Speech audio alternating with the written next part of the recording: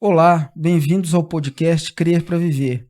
Esse é o nosso episódio de número 26. O tema do episódio de hoje, Conversão e a Ética da Verdade, parte 4. A gente está, então, já 4 episódios tratando do tema da verdade, associada ao conceito de conversão. É sempre importante lembrar, eu sei que eu posso parecer um pouco repetitivo, mas eu estou sempre considerando que alguém pode chegar nesse episódio, né, e eu vou convidar para voltar nos anteriores. A gente está falando de conversão em um mundo que precisa ouvir sobre conversão. E aí não me importa se você é uma pessoa religiosa ou não, se você é uma pessoa que já fez parte de um grupo religioso ou não, se seja cristão ou não. O que importa é o seguinte: conversão é um conceito fundamental na vida da fé. E a gente desconfia que esse é um conceito que não está sendo bem tratado, não está ganhando a devida atenção, pelo menos não com a clareza e a insistência que ele precisa. No mundo doente, se ele continua se adoecendo cada vez mais, alguma coisa está errada. Então a gente está chamando, esse é o nosso papel aqui, essa é a nossa missão aqui.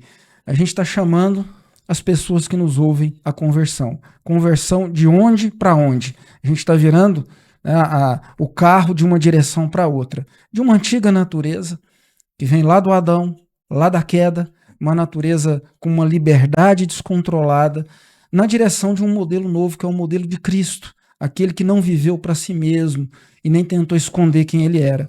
Então, o conceito de verdade ele é central como um dos valores fundamentais do modelo de Cristo na direção do qual nós nos convertemos. Nós gastamos um bom tempo falando sobre a cultura vigente, o mundo social, o mundo em que a gente está, uma sociedade complexa que continua se complexificando. E nessa sociedade existem critérios de aceitação, critérios de beleza, né? Critérios a partir dos quais os indivíduos passam ou não pelo crivo para serem aceitos.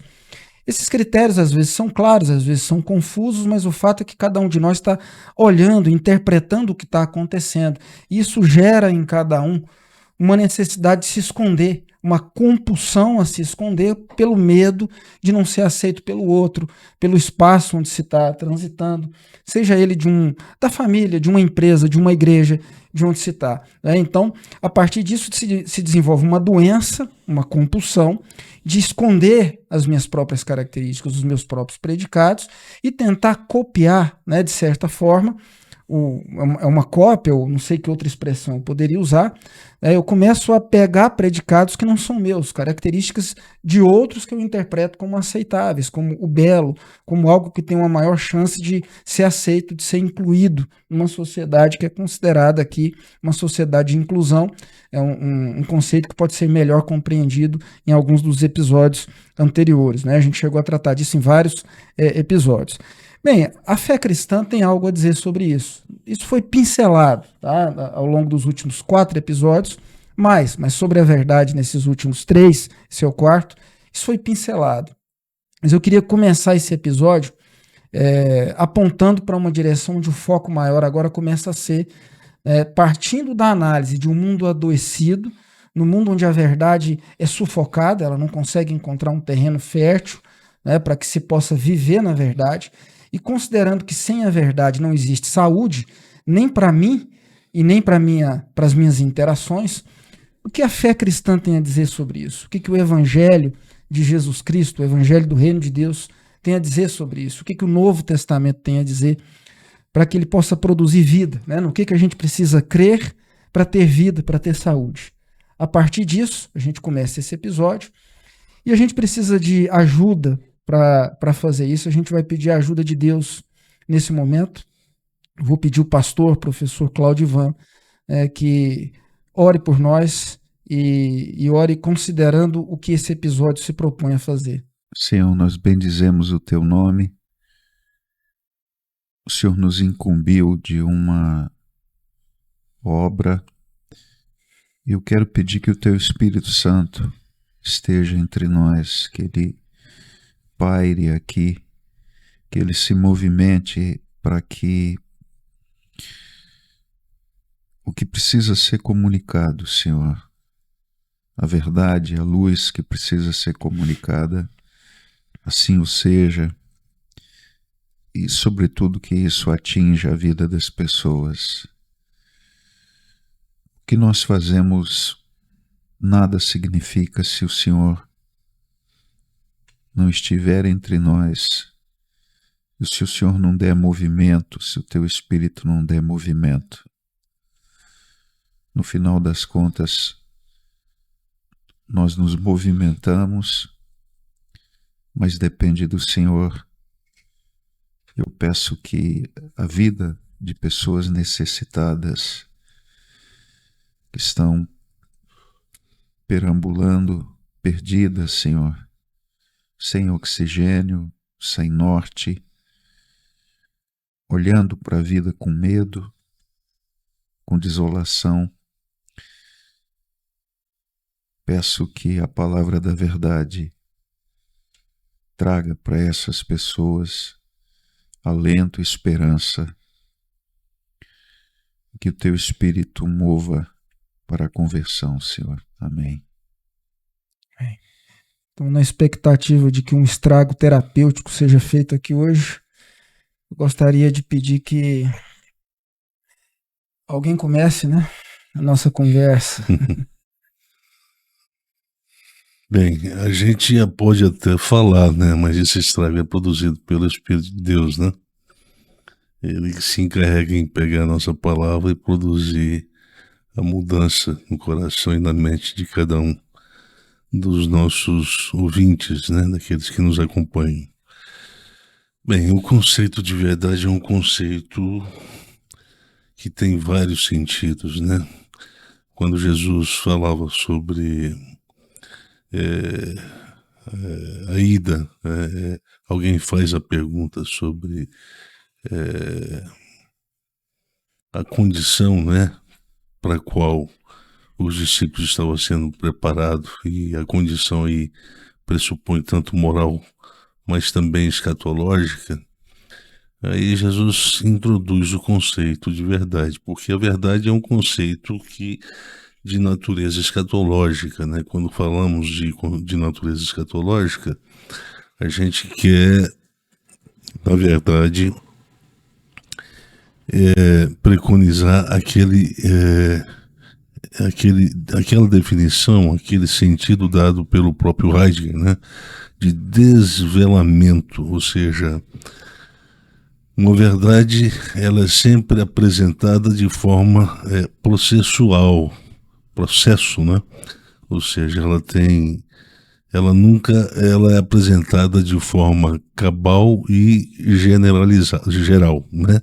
Cabal, sobretudo, porque nós não teríamos dificuldade de dirimir a verdade se ela fosse apresentada na sua totalidade. Então, a verdade ela precisa ser demonstrada, mas de forma paulatina e processual, né? Tem uma expressão aqui, eu quero... Bem, sempre quando a gente pensa na verdade, fala da verdade, a gente pensa no seu antônimo também, né?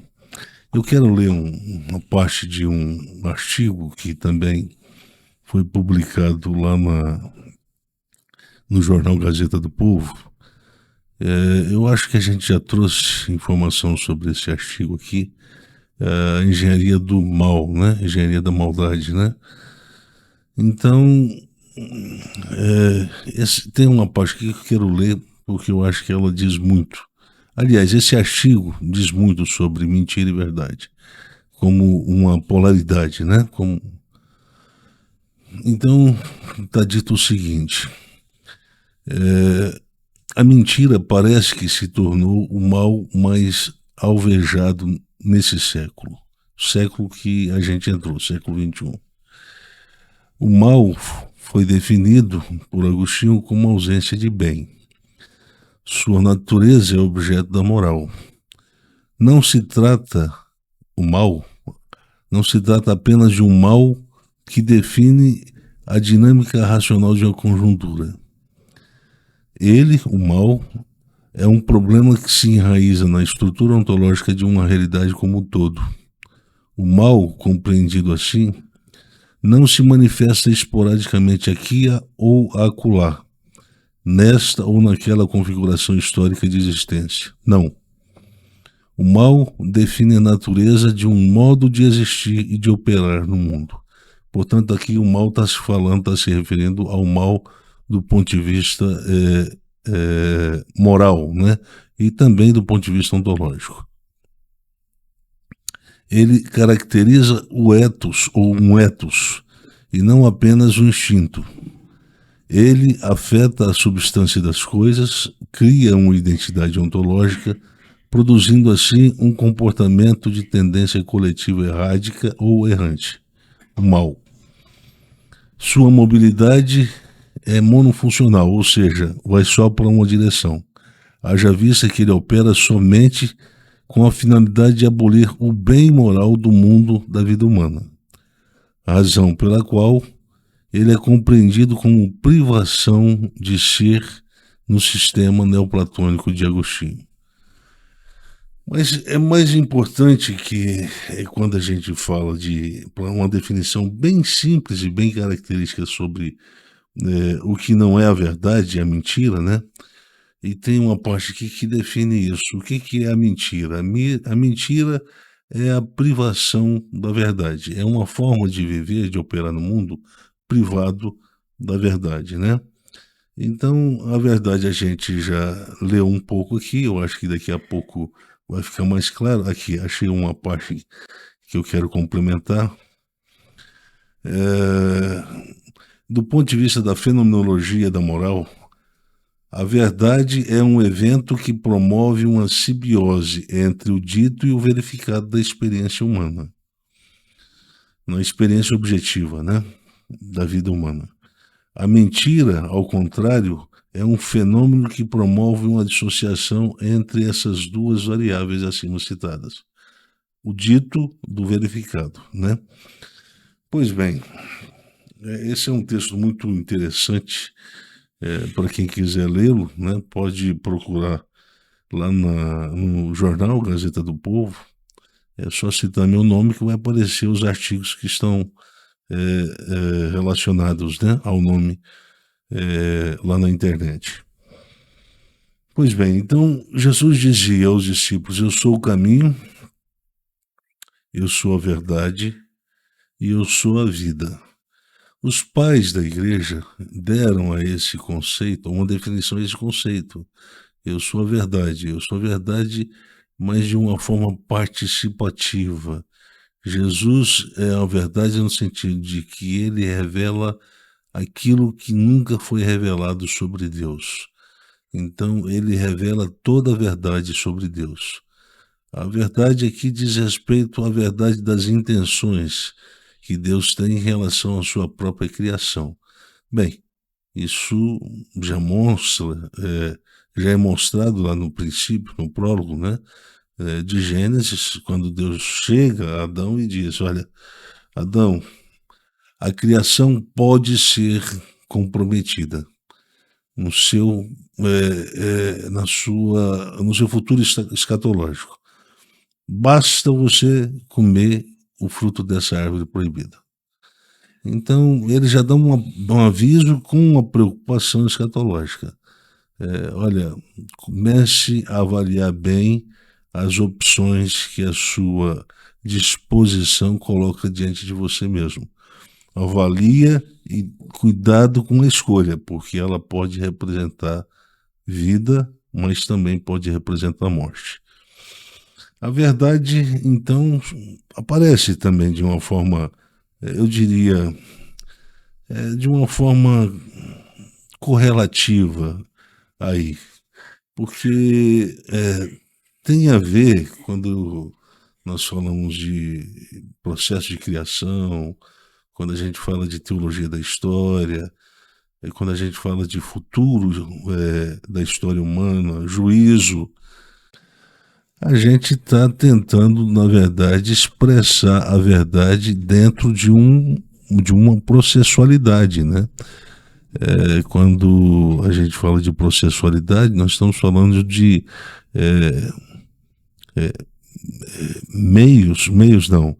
um tempo em que a verdade vai aparecendo e se apresentando na experiência humana, ora de uma forma clara, ora de uma forma não tão clara, né? O fato que, do ponto de vista da fenomenologia, mal tem que ser compreendido como um encaixe preciso de afirmações e constatações. Deus disse a Adão, olha, se comer, é uma afirmação. Vai haver implicações. As implicações ocorreram. Houve uma constatação.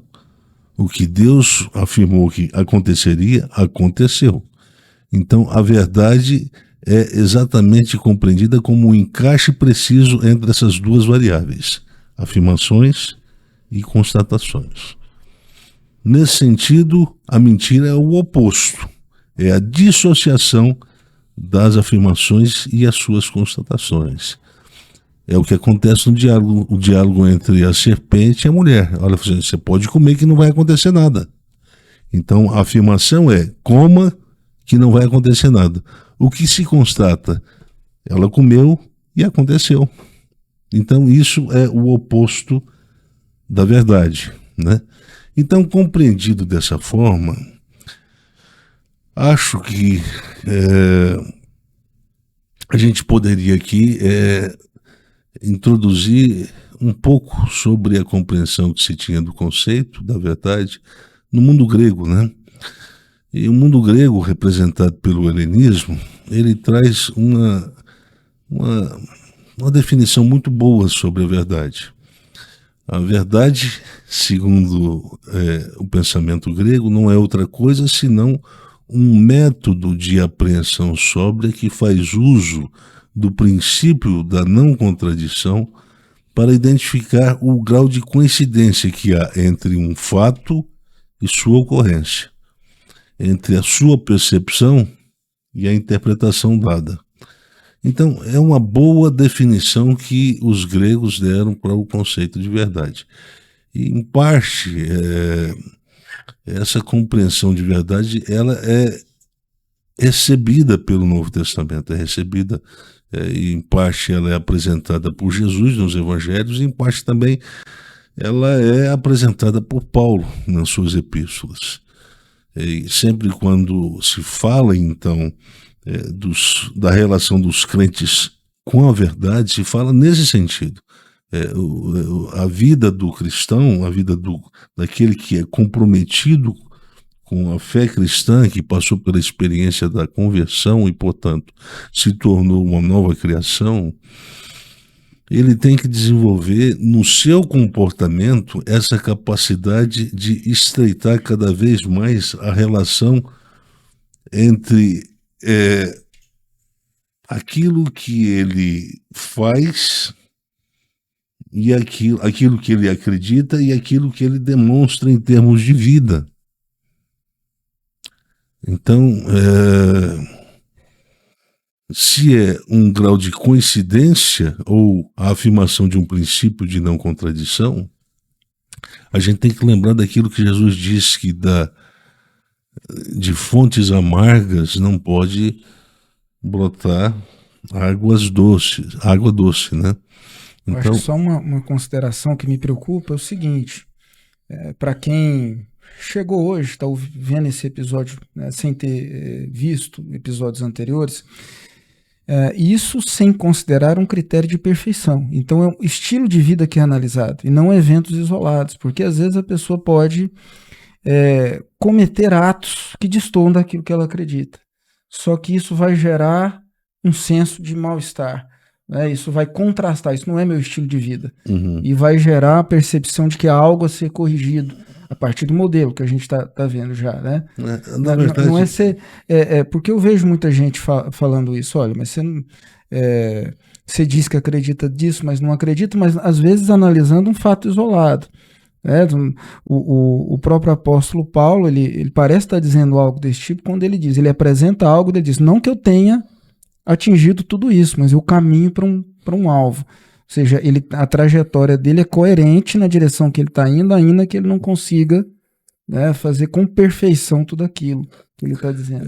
Eu penso que nós temos que tomar o devido cuidado. Eu digo para quem está nos ouvindo, eu penso que tem que tomar o devido cuidado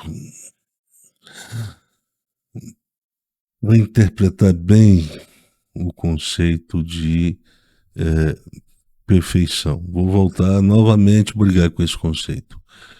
O conceito de perfeição, isso é um legado da cultura grega, se preconiza com o conceito a ideia de maturação moral das possibilidades humanas. Isso é um engano. Compreender esses conceitos, porque quando Jesus fala de verdade, quando Jesus fala de justiça, quando Jesus fala de bondade, não existe no horizonte da fala de Jesus a preocupação última com o ser perfeito, o ser humano encontrando a sua plenitude moral, que é o que o conceito de perfeição quer sugerir. Plenitude moral. Então, a plenitude moral pressupõe a ausência ou a privação de erro moral, né? De déficit moral. Mas isso não tem nada a ver com o conceito de verdade. Não tem nada a ver com o conceito de verdade. Uma coisa não tem nada a ver com a outra. Quando se diz que os cristãos devem viver em verdade, significa, não é viver em plenitude moral. Não significa viver em plenitude moral. Significa ajustar a vida diante de um princípio generalizado ou genérico, que parte do pressuposto da não contradição. Esse não contradição significa aproximar crenças da forma de vida. Aproximação, eu diria, simultânea ou quase simultânea. O que eu falo vai ser identificado na forma como eu vivo. O que eu ensino vai ser identificado na forma como eu vivo. Eu lembro que uma vez eu conversava com o Cláudio e ele falou que estava conversando comigo, e aí uma vez ele estava fazendo leituras de alguma coisa na forma como eu vivia, e ele levou um susto. Você lembra disso? Continua falando, vamos ver se eu lembro. Aí eu acho que você estava lá na casa, o senhor Geraldo ainda era vivo. A gente estava na Vila Bela. E aí ele falou assim, caramba! Ele falou assim, ele parece que acredita mesmo naquilo que ele prega. Você lembra disso que você me falou? Eu acho que sim. Então ele não estava brincando, ele estava falando sério sobre a fé cristã e sobre a forma de viver a partir dela, né? Eu lembro que uma vez eu falei para o Cláudio, eu falei assim, olha, ninguém vai compreender o que eu falo se não considerar o fato de que eu falo sempre na perspectiva da minha vida na fé cristã. Sempre. Eu estou vivendo na fé cristã. Eu estou na fé cristã. Eu não estou brincando de viver na fé cristã. Agora, eu tenho compromisso com a fé. É um compromisso vital. Eu não tenho compromisso com outra fé. Eu não tenho compromisso com fé evangélica, com fé eclesiástica. Isso aí eu não tenho compromisso. Agora, isso não significa que eu desaprove quem está numa igreja, quem quer ir para uma igreja. Eu acho que uma coisa não exclui outra. Agora, a gente pode limpar, a gente pode promover uma limpeza moral dentro da comunidade. Aliás, a comunidade de fé, no Novo Testamento, ela é colocada nessa condição. Ela precisa santificar, precisa limpar. Então, a gente tem que se adaptar aos postulados da fé cristã. E o básico é tirar essa contradição que aparece na forma de viver de muitos crentes evangélicos, muitos crentes, de maneira geral. Minha preocupação é o seguinte, alguém pode ouvir e falar assim, mas eu não dou conta. Aí você me disse outro dia, faça o exercício, é uma trajetória. Né? Sim, sim. Mas veja bem, não há uma prescrição legal orientando do ponto de vista da normatividade e gerenciando tudo aquilo que a gente faz no cotidiano. Não é isso. Nós não estamos e não fomos chamados a viver de forma adaptada a uma prescrição legal, a um código normativo. Não. É mais simples do que isso. Se de fato nós acreditamos que nós estamos na fé, o que a gente tem que fazer é demonstrar essa fé na forma como a gente vive. Então, veja bem, quantas pessoas trapaceiam, se dizem evangélicas e trapaceiam. Desculpa. Elas estão no culto dos domingos, levantando a mão, cantando, mas na segunda-feira eles estão trabalhando de moto, traçando, transgredindo o tempo todo códigos da lei de trânsito que não poderiam ser transgredidos.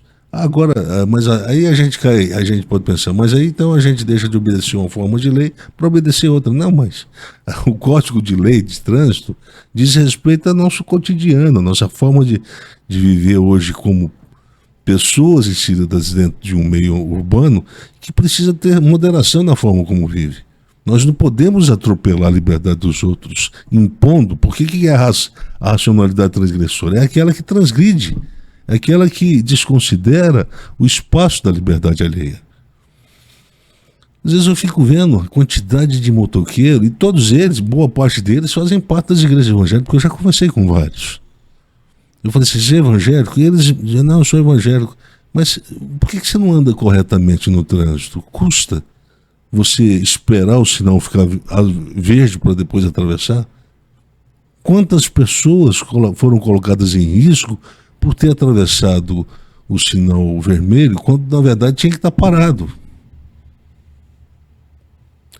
Quer dizer, aquela trapaça que se faz, quer dizer, sempre querendo tirar vantagem no trânsito, competindo para ver quem chega primeiro, isso tudo para disputar, para ver questão de 1 segundo, 1 minuto, 2 minutos, 3 minutos, quem chega primeiro, dentro da sua, eu diria, dentro da sua agenda definida, ou dentro de uma necessidade que se tem para cumprir uma agenda, né? Então, é uma briga tão infantil, essas que os motoqueiros, né, estabelecem aí na sua moto, a sua forma de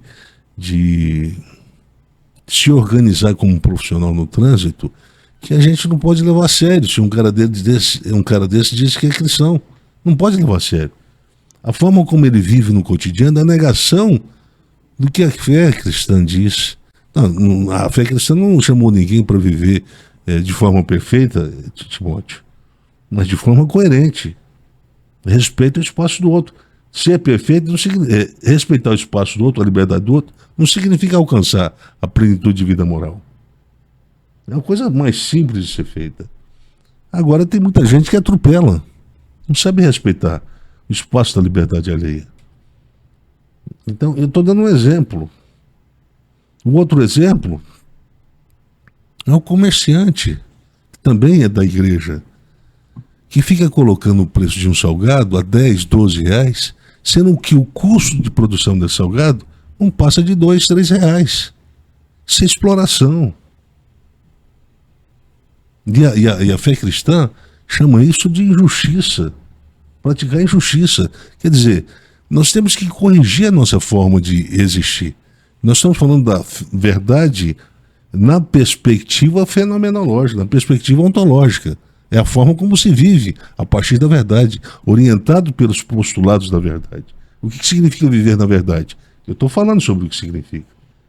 Se vai lá no culto no domingo, ora, levanta a mão, na segunda-feira abre e vai vender um salgadinho que não poderia custar mais do que 6, 7 reais, vai vender a 12. Pensando que é assim que vai ficar rico, vai prosperar.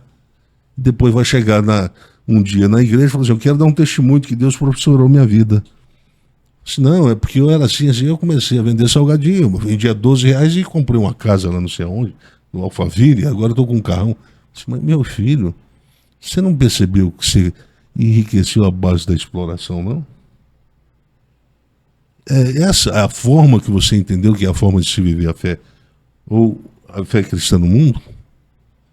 Então, eu penso que se a gente olha sob essa perspectiva, de que a verdade não é um discurso apenas, mas é um modo como se apresentam os valores subjetivos na forma objetiva de estabelecer interações no mundo, então a verdade passa a ser um componente que, eu diria, estruturante da vida no cotidiano. Porque a partir dela eu vou saber exatamente quando eu estou danificando o meu próximo. A partir dela eu vou saber quando eu estou usurpando o espaço do meu próximo. A partir dela eu vou saber exatamente quando eu estou enganando para tirar vantagem desse engano empreendido contra a vida do meu próximo. E aqui nós temos então uma noção de verdade completamente diferente daquilo que se tinha no Antigo Testamento, daquilo que se tinha para o judeu. Por isso que a verdade para Jesus é mais do que um discurso. É mais do que um discurso. É mais do que a verificação de uma sentença, uma verificação moral de uma sentença dada, por exemplo, num sinédrio, ou numa sinagoga, ou dentro de um espaço público qualquer. Mais do que isso. Eu quero verificar se esse cara realmente leva a fé dele a sério, na forma como ele vive. Jesus diz, eu sou. Eu tive conversando com um senhor que vende pastel, ali perto da casa do Cláudio, na rua 24. Aquele de esquina. Sabe qual que é? Sei. Aquele bem de esquina. Ele vende um pastel e aí ele de vez em quando frequenta umas feiras, né? E aí eu peguei ele numa feira dessas aí. Eu gosto, o pastel dele é um pastel gostoso, a massa é uma massa macia. Enfim, não é um pastel lá do Giasse, do Rio Grande do Sul, de Santa Catarina. Estamos fazendo propaganda aqui. Pois é, mas é um pastel bom. Não dá para comparar o pastel do Giasse. Mas aí eu vou lá comprar e eu falei assim, olha, eu acho uma exploração. Vender um pastel por 10, 12 reais. A massa é fina. Quanto custa uma massa dessa? O custo dela na produção? R$1? R$1,20? E esse tantinho de carne que coloca dentro desse pastel fica mais vento do que carne. Vamos falar que esse custo de produção no total aí deu R$2,80. Você vai vender um pastel por 12? Ora, isso está errado. Quem tem compromisso com justiça, e aí eu digo para vocês que estão me ouvindo, se você é comerciante, repense a sua forma de preço, a sua filosofia de preço. Porque você pode estar fazendo aquilo que é condenável do ponto de vista da fé cristã, da moral da fé cristã. Não adianta pensar que não é assim, não. É assim, sim. A verdade reclama uma iniciativa e um compromisso de todo cristão de viver de forma a não trazer um peso maior para a vida do outro do que ele consegue. Ora, nós vivemos num mundo, numa sociedade capitalista em que se estratifica muito os privilégios, as oportunidades. Uma pessoa que ganha relativamente bem, pagar o valor de R$12, não tem problema. Mas para um cara que ganha um salário mínimo e tem que sobreviver com o salário mínimo, ele não pode ficar comendo pastel a hora que ele quer. Por quê? Porque, infelizmente, o valor está muito alto. É valor para gente que ganha acima de 20 mil, acima de 10 mil, de 15 mil. Não é para quem ganha o salário mínimo. Tem que ter essa sensibilidade, porque são liberdades que têm espaços de operacionalidade e que, se uma atua de forma lesiva o espaço da outra, compromete, do ponto de vista da funcionalidade, a liberdade do outro. Aí o outro vai ter que aprender a mentir também, para tirar vantagem. E aí nós vamos criar uma cultura da mentira, nós vamos uma montanha cultural da mentira, nós vamos viver uma vida cotidiana repleta do engano. E vamos chamar esses caras de cristãos, ou de cristãos, porque eles vão para a igreja? A igreja, ir para a igreja é carimbo, é condição para quem, sine qua non para quem se diz comprometido com a fé cristã? É óbvio que não. É óbvio que não. É a forma como vive. É a forma como o cidadão vive. Não vem falar para mim que você vai para a igreja louvar, levantar a mão e que você é um cristão. Isso não cola. Isso não cola. É a forma como vive. Seja justo Você quer pôr o preço de um pastel? Põe, mas de forma justa. Não é só no pastel, não. Estou falando do pastel porque é um exemplo que eu resolvi dar. Tem a coxinha também. A coxinha também. A coxinha é uma das coisas boas de Goiás. E o pessoal fica colocando a coxinha 12, 13, 14 reais. Tem uma loja aqui em Goiânia que vende uma coxinha 14 reais. Não pode.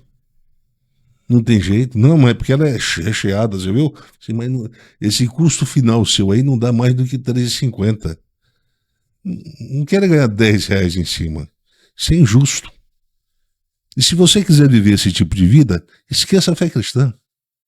Assuma-se na sua profundidade e viva a sua profundidade.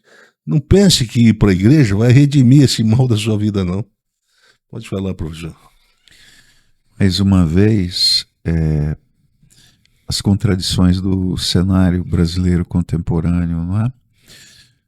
A direita brasileira acusa a esquerda de operar sempre na mentira.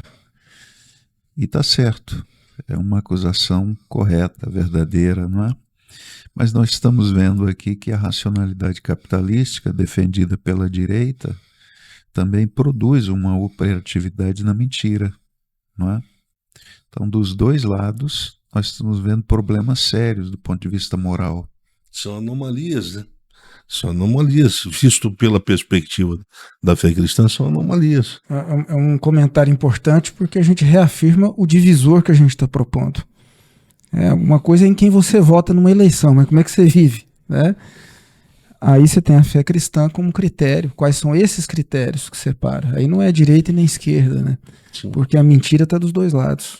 Eu fui num restaurante lá no setor Bueno, um restaurante muito famoso. Comi, enchi um prato. Mas não é aquele prato montanha. É um prato bom, com muita carne. Muita não, uma quantidade razoável de carne. Quando eu fui pesar, o quilo lá é R$81, acho. Eu acho que isso é uma exploração. Que quando você pega dá um valor, institui um valor de R$81 para pesar um prato de comida, entra o alface. O alface vai ser hipervalorizado a R$81 o quilo. As verduras, de maneira geral. O arroz, que está um pouco caro, né? O feijão, a carne. Mas a verdura vai ser valorizada, vai ser colocada, vai ser avaliada de uma forma injusta. E aí eu fui pesar o prato. Quando eu fui pesar o prato, deu R$98. Eu pensei assim, devolva esse prato. Tinha gente atrás de mim, a Cristina, vem. Ficou um pouco constrangida. Eu tive que ficar com o prato e comer e pagar R$98. E esse pessoal é evangélico. Será que não dói na consciência cobrar R$98 por um prato de comida? Não vê que tem alguma coisa de errado aí? Nós não estamos nos Estados Unidos, no contexto europeu, nós estamos no Brasil. A renda per capita desse país é uma das menores do mundo. Cobrar um preço de alimentação é base da sobrevivência, do corpo, da vida humana, a vida biológica. Não dá para ficar sem. Se é básica, é rudimentar, então vamos estabelecer um preço justo para todo mundo comer bem e não precisar pagar. Não, mas estratificamos esse privilégio. Comer num restaurante desse não é para qualquer um, não. Então, realmente você é cristão? É dessa forma que você entende a vida? Você tem que montar um restaurante para atender simplesmente uma parte, um segmento da sociedade? E isso é ser cristão mesmo? É. Então, o pobre tem que comer mal. Carne de má qualidade, arroz de má qualidade, feijão de má qualidade, porque aí dá para você colocar um preço menor. Isso tudo tem que ser conversado. A reflexão ética tem que se tornar uma cultura de pregação nos púlpitos das igrejas evangélicas. Porque as igrejas evangélicas não estão produzindo filhos da luz. Não está produzindo filhos da luz. Por quê? Porque não há uma diferenciação qualitativa entre esse evangélico no cotidiano daquele que não é evangélico. Não há uma diferença qualitativa do ponto de vista da moral entre os dois. O mesmo critério que o não evangélico utiliza para definir o padrão de preço da comida no seu restaurante é a mesma que o evangélico utiliza. Se não há essa diferenciação, então a luz deixou de ser luz, o sal deixou de ser sal. Não vamos viver dessa forma? E é desse jeito mesmo? E aí todo engraçadinho acha-se no direito ainda de fazer alguns comentáriozinhos dando razão para esse tipo de cultura da exploração.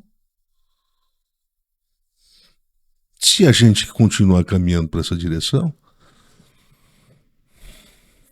não haverá justiça ou juízo para a sociedade laica, para a sociedade, o mundo antirreligioso. Vai haver juízo para a igreja. O juízo vai ser primeiro para a igreja. Deus vai vir estabelecer juízo primeiro na igreja, porque ela está sendo ou fazendo aquilo que ela foi chamada para não fazer. Por isso que existe uma interpretação daquele capítulo que fala sobre as bem-aventuranças, seguindo vós sois luz, vós sois luz do mundo e sal da terra. Se o sal perde o sabor, então ele se torna insosso e ele não tem mais função, senão para ser jogado fora e pisoteado pelos homens. Esse pisoteado, a interpretação que se dá, é juízo. Juízo recebido por não se cumprir uma vocação moral que foi dada por Deus.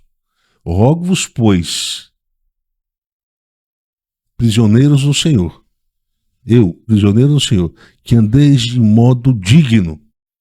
E esse digno aqui é uma expressão que estabelece uma diferença qualitativa entre aquele que vive fora da fé e aquele que vive na fé. Não dá para fazer a mesma coisa, jogar da mesma forma que o outro joga. Eu tenho que... Bem, se eu sou um jogador de futebol, quando o cara me der uma falta, eu não vou fazer aquele estardalhaço todo como se eu estivesse sendo atropelado por um touro. Tentando com essa mentira teatral, essa forma teatral, ganhar alguma vantagem. Alguma vantagem sobre isso. Então, ser cristão, para vocês que nos ouvem agora, é uma coisa muito séria, porque o princípio da verdade nos obriga a viver de forma justa. Por isso que o apóstolo Paulo diz, olha, justiça e retidão são filhos da verdade. São produções, são consequências, quase que consequências inevitáveis de se viver na verdade. Quem vive na verdade opera em justiça o tempo todo. Quem vive na verdade opera na retidão o tempo todo. É o que o Paulo diz. Sede, pois, imitadores de Deus. Esse imitadores é um conceito muito interessante, né? Porque quem imita Deus, ele desenvolve um modo sábio de viver. Paulo sempre está dizendo, olha, existe uma forma conveniente de se viver a fé e uma forma não conveniente. Olha bem o que ele diz. Olha bem o que ele diz no capítulo 5, no versículo 3 de Efésios.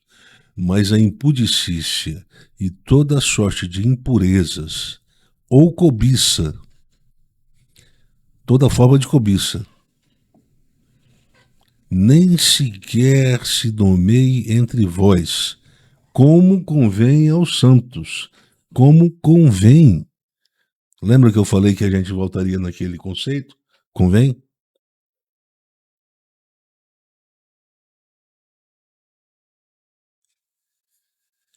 convém é um sinal de alerta que a providência dá ao cristão quando ele está correndo o risco de sacrificar a fé pelas opções morais que ele faz no cotidiano.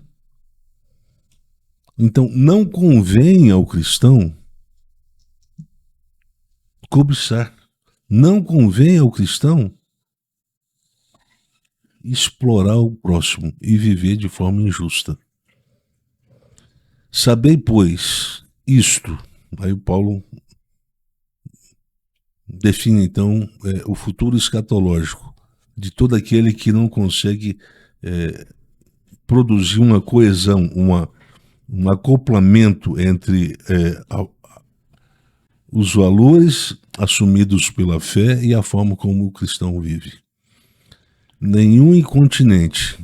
Continente é o tipo de cara que aceita a fé, mas não quer viver como a fé indica para ele viver. Isso é incontinente. Ou impuro, ou avarento, que é idólatra, terá herança no reino de Cristo e de Deus. Isso aqui é uma sentença escatológica que Paulo está dando para esses que estão brincando de ser cristão dentro do espaço sagrado, do templo sagrado, que é o espaço da liturgia e do culto.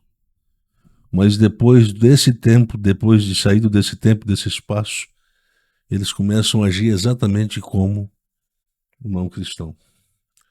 E aí nós temos um problema, porque esse tipo e esse contingente de religiosos não vai evitar que um juízo da parte de Deus caia sobre a história de um povo.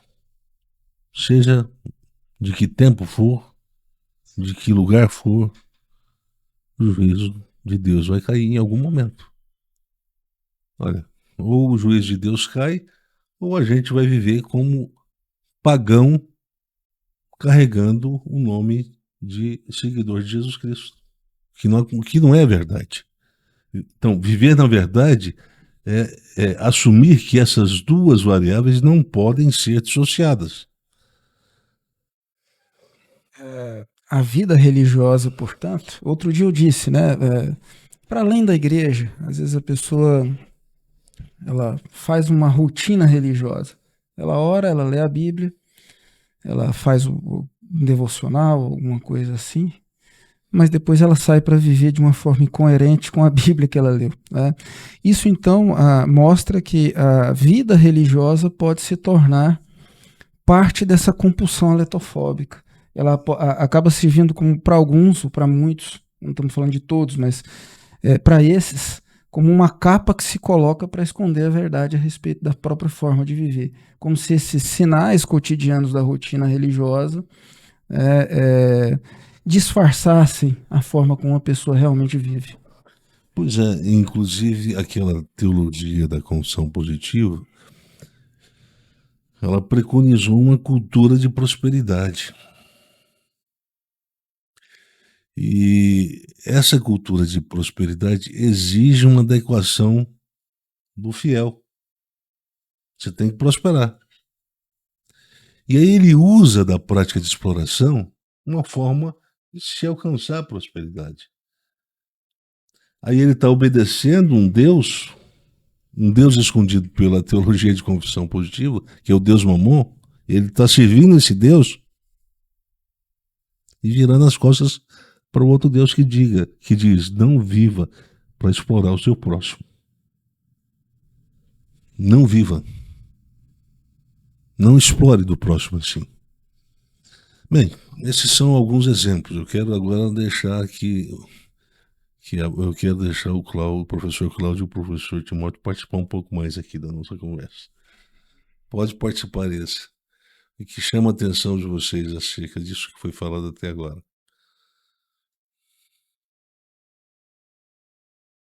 A gente pensa na via positiva, a gente pensa sempre no contrário, né? Se é a aletheia, a verdade, que eu gosto de ouvir sobre isso, né? Mesmo que às vezes incomoda bastante. Esse incômodo, ele sempre é um sinal que eu acho que o cristão deve falar: incomodou aqui, eu vou olhar para aqui, porque é aqui que está indicando um sintoma de alguma coisa, né? Mas se a aletheia significa desvelamento, trazer para fora o que está escondido, a vida na mentira significa exatamente o contrário: encobrir para não deixar ser visto. É o envelamento, né? Alguma coisa assim. Né? Então é um jogo complicado, né? Porque é um mundo que chama para mentira, chama para parecer ser o que não é. E a fé cristã, enquanto você está falando, eu estava pensando, isso aqui, na verdade, a sua fala é uma fala que tem um sentido terapêutico a partir de um sentido profético. Não é? Você está fazendo uma denúncia. Isso é um sentido profético. Você está apontando, botando o dedo numa ferida, mas não para aumentar a ferida. Para falar, vamos curar isso aqui. A partir do quê? Vamos jogar luz que cauteriza essa ferida, que mata, né, as bactérias que estão aumentando a doença que está aí. Sim. Então vamos desvelar, vamos trazer para fora, né? Eu vou tomar a palavra agora, depois eu passo para o professor Cláudio.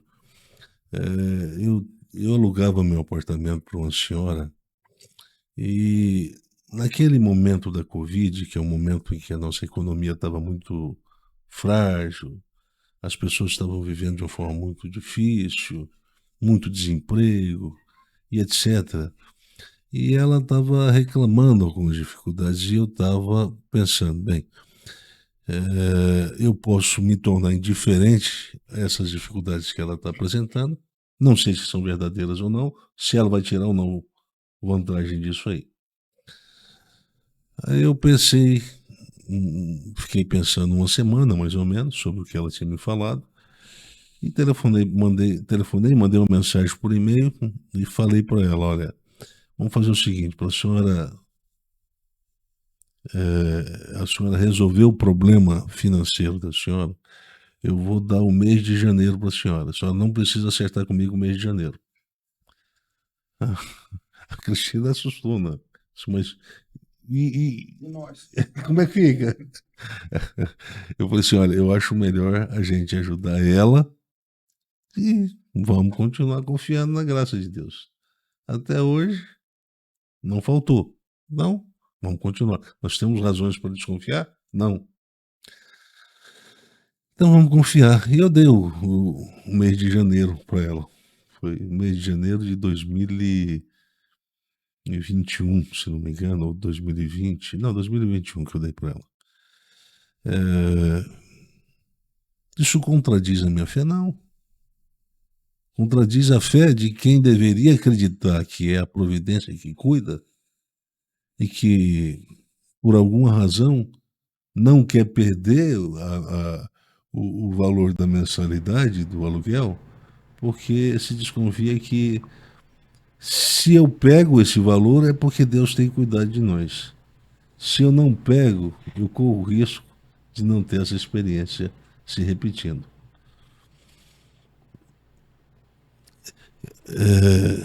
A mentira não só consegue revelar essa competência dissociativa em que a percepção se desmembra da interpretação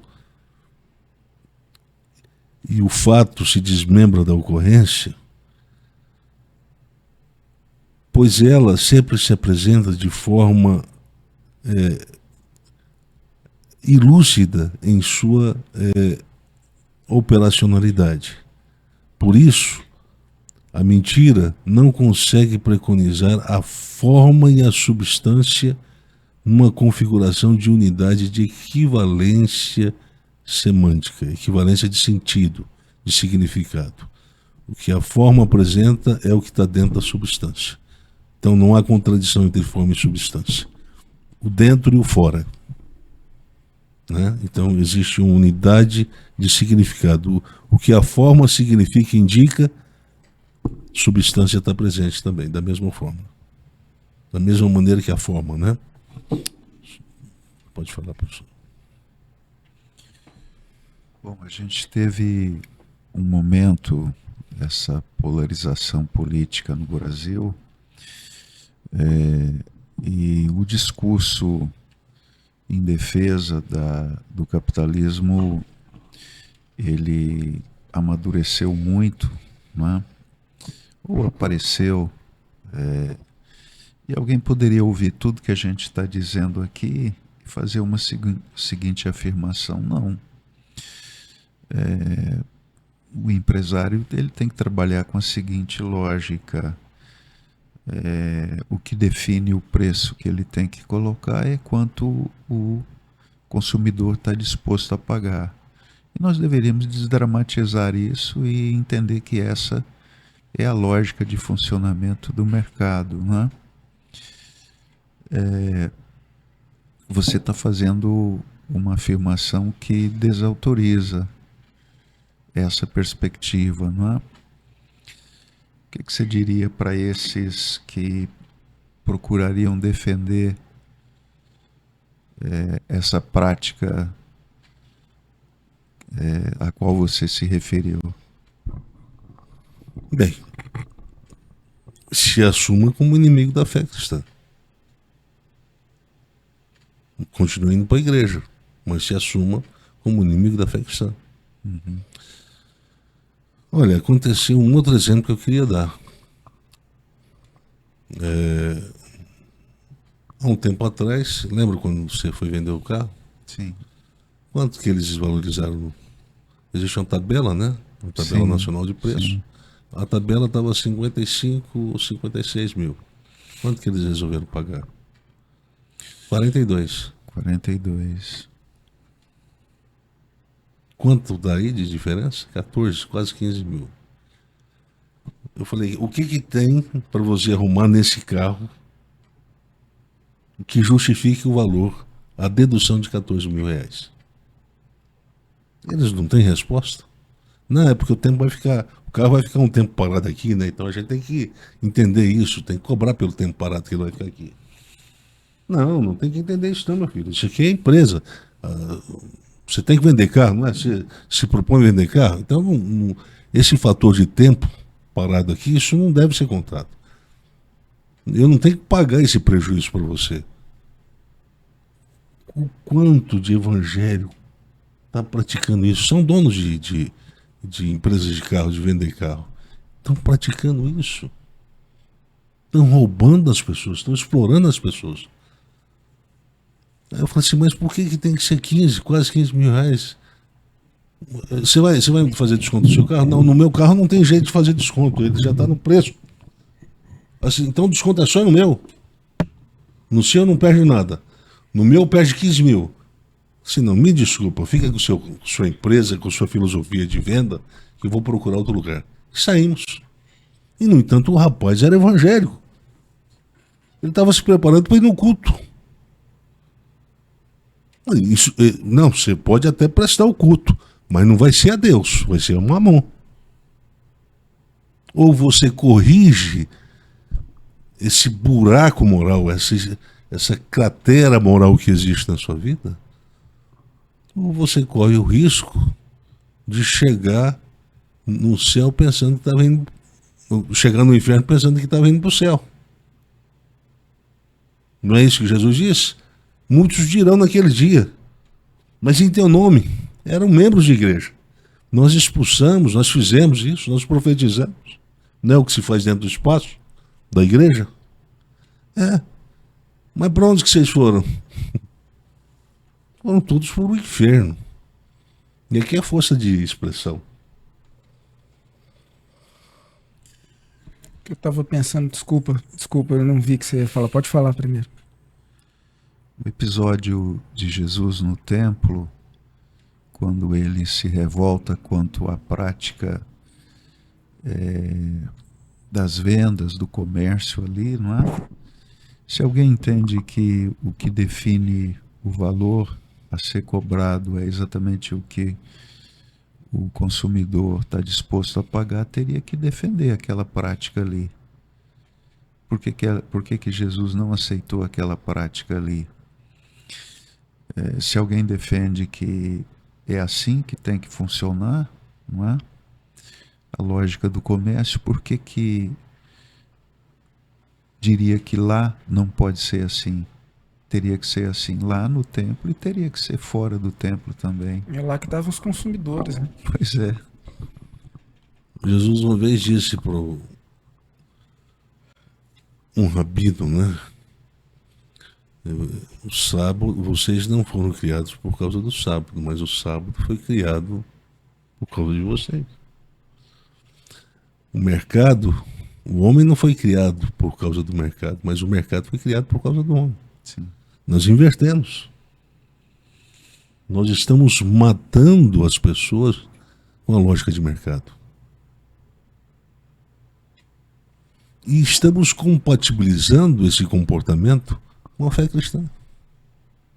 Dizendo que isso é justiça. Justiça onde? Só se for num seu mundo torpe, doido, emburrecido. Só se for lá. Lá é capaz que seja justo. Mas no mundo da fé cristã, isso está longe de ser justiça.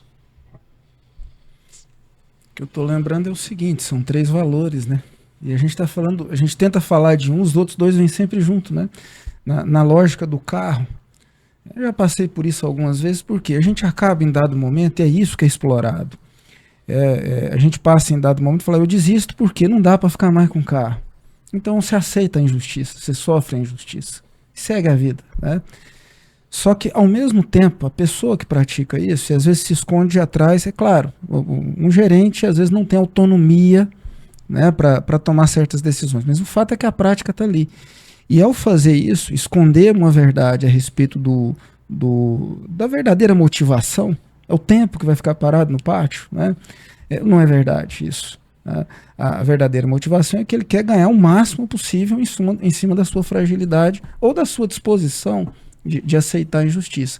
Ao praticar isso, ele pratica ao mesmo tempo a mentira, a injustiça e a maldade, na contramão da bondade, da justiça e da verdade. Junto sempre. Boa colocação. Quer falar? Bem, hoje então, nós já estamos com mais de 1 hora. Hoje a gente começou a dar um tratamento para o conceito de verdade.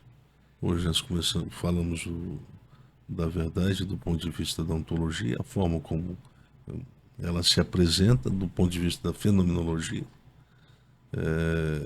E nós vamos continuar explorando essas 2 formas. A prática da mentira parece ter se transformado em uma espécie de droga psicotrópica que produz a sensação de euforia na pessoa que pratica. Ao privar-se da verdade, essa grande mídia, e aqui eu estou falando para aquela mídia que mentiu o tempo todo, na época da Covid, e continua mentindo hoje,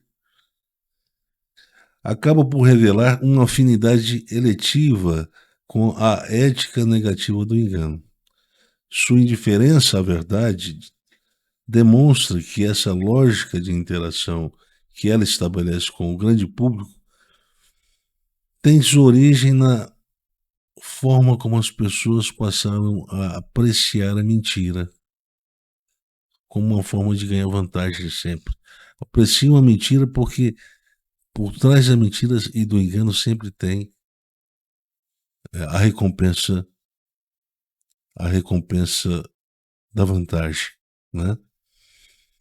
Essa psicopatologia indica a preconização do engano com o intuito de gerar efeitos orgásticos num psiquismo de uma cultura de massa, razão pela qual é justificada a sua compulsão pela mentira. Compulsão está associado à recompensa de gratificação imediata que sempre se tem quando se pratica a mentira. A prática de mentira se transformou num bem de alta conotação ou cotação no mercado do engano. A verdade, entretanto, se tornou uma ameaça real ao lucro que essa cultura da mentira quer oferir. Enganar, portanto, é preciso. Mentir é inevitável. Essa engenharia do mal se tornou fonte de lucratividade para os pseudofílicos, aqueles que se sentem atraídos de forma irresistível para a mentira. Ela subverte a realidade e altera a percepção dos seus consumidores passivos. O medo gerado pela lucidez coletiva ou pela ilucidez coletiva. Para comunicar uma mentira sob o manto da verdade, bastou incorporar uma linguagem dramática. E aí nós lembramos daquilo que a gente falou tempos atrás no nosso podcast, e que vamos tratar no seminário de hálito-metodologia, né? A adoção do drama, da dramaticidade, da linguagem dramática. A gente, sempre por trás dela, não é a verdade que está, é sempre a mentira. A grande mídia, me refiro novamente à cultura de massa, desinforma uma expressiva massa populacional do país, porque convence por meio de discurso feito, porque o discurso é feito em tom de dramaticidade. Bem, aqui vem uma outra questão que não é objeto da nossa reflexão agora, mas dentro daquele contexto da Covid, né, e até agora, nesse momento, a gente está vivendo um momento relativamente complicado, porque está difícil a gente diferenciar o fato da interpretação do fato. Não está havendo uma correspondência, uma relação de correspondência entre os dois. Portanto, quando essa relação de correspondência não acontece, é porque uma mentira está sendo comunicada em nome de uma pseudo-verdade ou de um pseudo-compromisso com a verdade, né? Então, o que a gente está vivendo hoje? Nós estamos vivendo num mundo que se fala de fakes, mas, na verdade, a nossa própria vida, e aqui eu estou me referindo à nossa própria vida de religiosos, né? De pessoas que vão à igreja, que têm o hábito de ir à igreja, a nossa forma de viver com base no engano. A gente está vendendo uma falsa propaganda de que nós somos luz, quando na verdade a nossa forma de vida indica que nós estamos a serviço das trevas.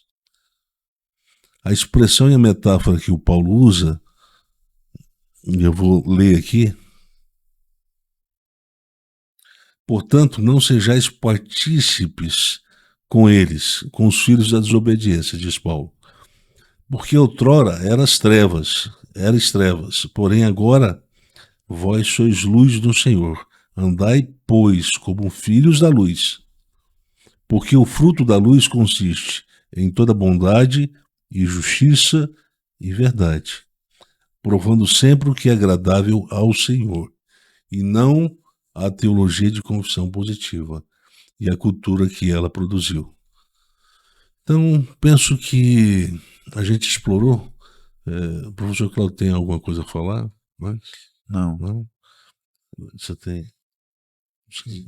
A gente está chamando de teologia de confissão positiva. Eu estou pensando, eu acho que ela talvez tenha se expandido para uma teologia da felicidade que vai para além da confissão positiva lá acho que dos anos 90, mais 80, 90, né?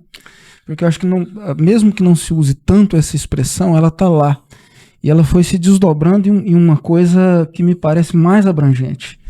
Porque eu tenho uma sensação de que se parou de usar essa expressão porque isso foi incorporado de tal forma que se confundiu com várias expressões cotidianas, né, de afirmações de natureza religiosa, supostamente fundamentadas por alguma leitura distorcida da Bíblia, né, tanto do Novo como do Antigo Testamento, né?